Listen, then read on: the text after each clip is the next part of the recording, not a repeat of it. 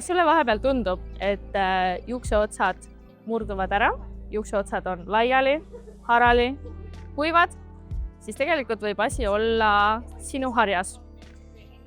Kindlasti jälgi, et kasutaksid juustesse jäädavat balsamit lisaks korralikule harjale.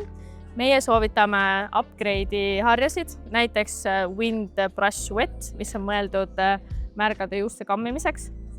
Kindlasti ära juukseid kaku, alusta ilusti juukseotstest ja liigu ülesse poole, et saaksid kõik pusad ilusti lahti harutatud.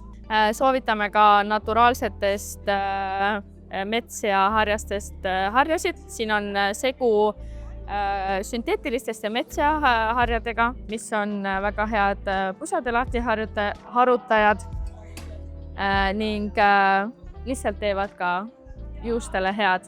Ja kas sa seda ka teadsid, et tegelikult peab oma juukseharju ka pesema? Proovi vähemalt korra kuus oma juukseharja pesta seebiga, et sinu juuksed oleksid jätkuvalt ilusad.